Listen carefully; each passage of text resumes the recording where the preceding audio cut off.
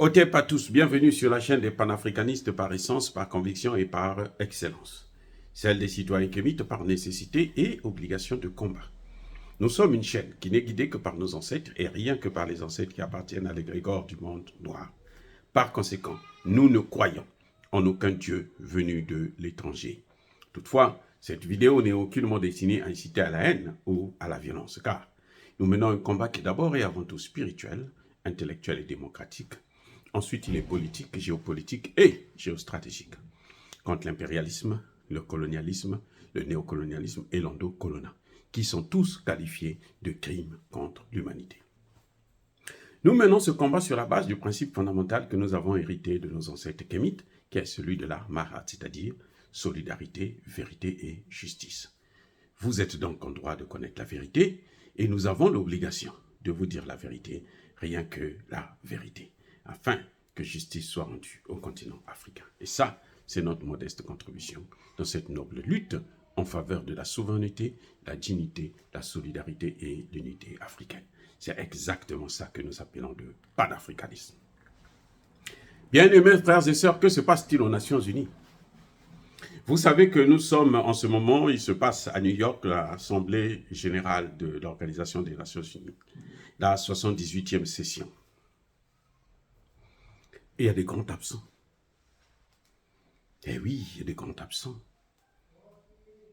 Parmi les 5 pays membres du Conseil de sécurité, il n'y en a qu'un seul qui a fait le déplacement. Un seul président qui a fait le déplacement. Qui n'a même pas fait le déplacement, puisque c'est le pays d'accueil, ce sont les États-Unis qui sont là. Joe Biden est venu.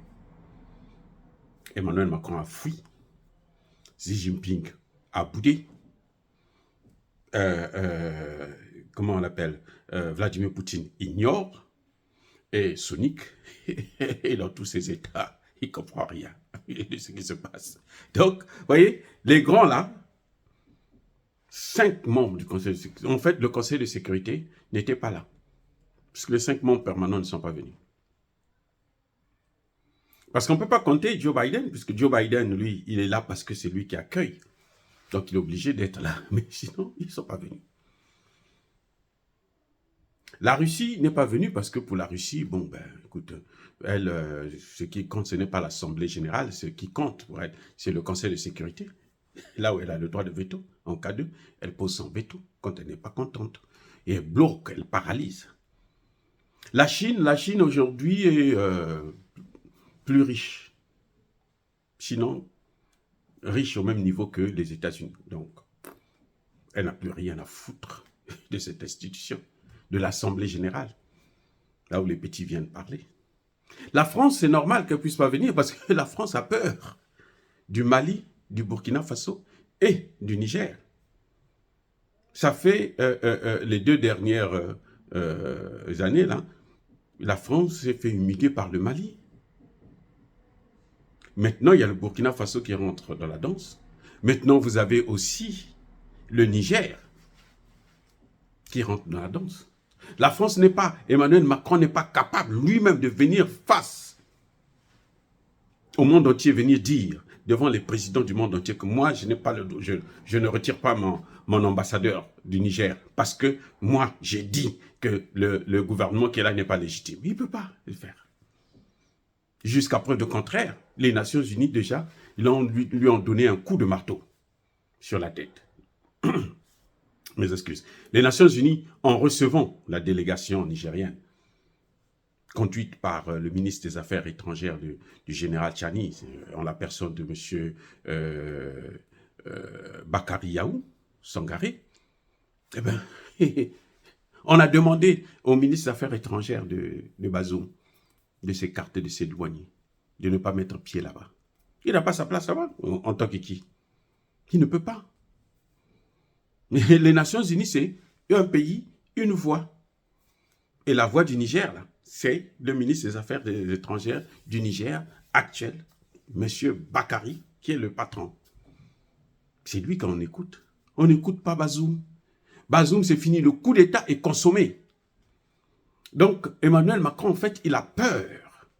Il a honte de venir affronter le regard des autres pays du monde entier il est incapable de venir dire lui-même que non, moi, mon ambassadeur est pris en otage, alors que c'est lui-même qui enferme son ambassadeur dans l'ambassade. C'est lui qui enferme son ambassadeur dans l'ambassade, il dit que son ambassadeur est pris en otage. Vous voyez comment la mentalité de ce type-là est complètement déglinguée? Et il est déréglé, ce type. Voilà ce qui est en train de se passer exactement. Et ça, c'est un signe fort. Cuba, le président cubain est venu parler. Il a dit, il a rappelé au monde entier. Ça fait 60 ans que les États-Unis ont mis son pays sous embargo. Et tous les pays qui veulent coopérer avec Cuba, vous savez quoi? Les États-Unis les arnaquent. Ils trouvent des moyens pour prendre l'argent de ces pays-là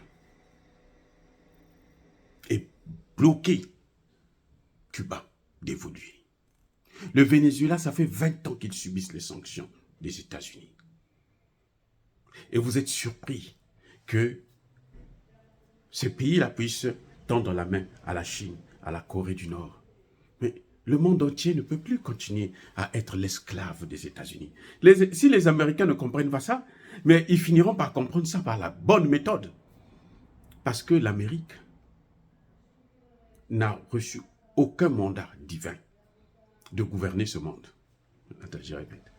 L'Amérique n'a reçu aucun mandat divin pour gouverner ce monde. Autrement dit, ce n'est pas Dieu qui a demandé à l'Amérique de prendre en charge tous les pays du monde entier. Si c'était ça, on le saurait depuis très longtemps. Et il n'y aurait pas 60 millions de pauvres et 20 millions de sans-abri aux États-Unis d'Amérique. Vous vous rendez compte? 60 millions de pauvres. Donc en Afrique, là, quand les gens pleurent, ils crient, ils se disent que non, oh, les États-Unis, là-bas c'est bien, là-bas il n'y a pas de souffrance et tout. Non. Non. Il y a des riches, des très riches, très très riches, les plus riches du monde d'ailleurs, sont aux États-Unis. Mais il y a aussi des pauvres, très pauvres, plus pauvres que nous en Afrique. Voilà l'image des États-Unis dans le monde. Oh, dire cela, c'est inciter à la haine ou à la violence. Non. Ce que je voudrais vous montrer, c'est que ce que nous voyons là, où les membres permanents du Conseil de sécurité fouillent le Conseil de sécurité, c'est parce que les Nations Unies sont dépassées. Ils ne sont plus à la hauteur de gérer les problèmes du monde. Et donc, ils sont caducs. Et pour sortir de cette caducité, ce n'est pas en prenant un pays africain à amener là-bas, pendant qu'on est en train d'installer des milliers, des dizaines de bases militaires sur le terrain. Non. Non, non, non, non. C'est pas ça. Si Ramaphosa croit à ça, alors il s'est trompé. Je ne sais pas quel est le chef d'État africain qui pense à ça, mais alors il se trompe largement. Voilà. Les Nations Unies sont caduques. Voilà ce que je veux dire. Et les réformes qu'il faut pour les Nations Unies, ce sont des réformes de fond. Pas des petites réformes de pacotille où on dit, bon, on va prendre, l'Afrique va rentrer aux Nations Unies. Mais qui va occuper ce siège? Qui va parler au nom des autres pays africains qui sont des pays souverains, indépendants, disparates? Il y a des pays qui ont un bon partenariat avec la Russie, d'autres avec la Chine, d'autres avec les États-Unis, d'autres avec la France, d'autres avec l'Allemagne, et qui sont pratiquement tous manipulés par les grandes puissances. Est-ce que ça apporte quelque chose en Afrique? Non. Les Nations Unies doivent être enterrées. Oh, bien-aimés frères et sœurs, encore une fois, soyez bénis. Je persiste et je signe. Soyez abondamment bénis par le Dieu des Kémites et par nos ancêtres angélisés. Mais que tous ceux qui persécutent le continent africain le pillent et le déstabilisent, qu'ils soient noirs, blancs, chinois, arabes, indiens, qui qu'ils soient maudits, punis, foudroyés, neutralisés, écrasés, effacés par ce Dieu des Kémites et par nos ancêtres angélisés. Vive l'Afrique éternelle, j'ai dit et j'assume.